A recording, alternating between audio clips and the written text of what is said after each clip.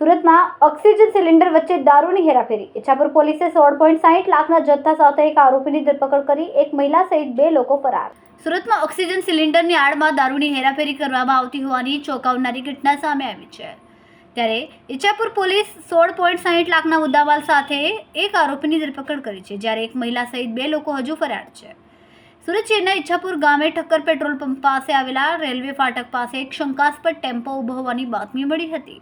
બાતમી મળતાની સાથે જ પોલીસ દ્વારા કાર્યવાહી કરવામાં આવી હતી. આ કાર્યવાહી દરમિયાન પોલીસને ટેમ્પાની અંદર હોસ્પિટલમાં વપરાતા ઓક્સિજન સિલિન્ડર મળી આવ્યા હતા. જોકે પોલીસે વધુ તપાસ કરતા સિલિન્ડરની આડમાં છુપાયેલા દારૂનો મોટા પાયે જથ્થો મળી આવ્યો હતો.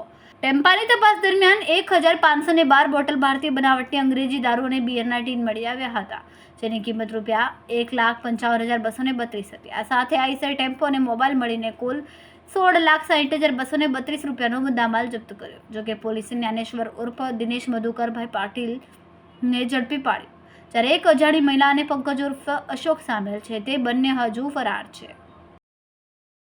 કેમેરામેન સેનિલ વિરાણી સાથે વિશાલ છેઠા, નવપ્રભા ન્યૂઝ, સુરત. અમારા વિડીયોની નવી અપડેટ મેળવવા માટે સબસ્ક્રાઇબ કરો નવપ્રભા ન્યૂઝ ચેનલને. બેલ આઇકન ક્લિક કરો લેટેસ્ટ વિડીયો સૌથી પહેલા મેળવવા માટે.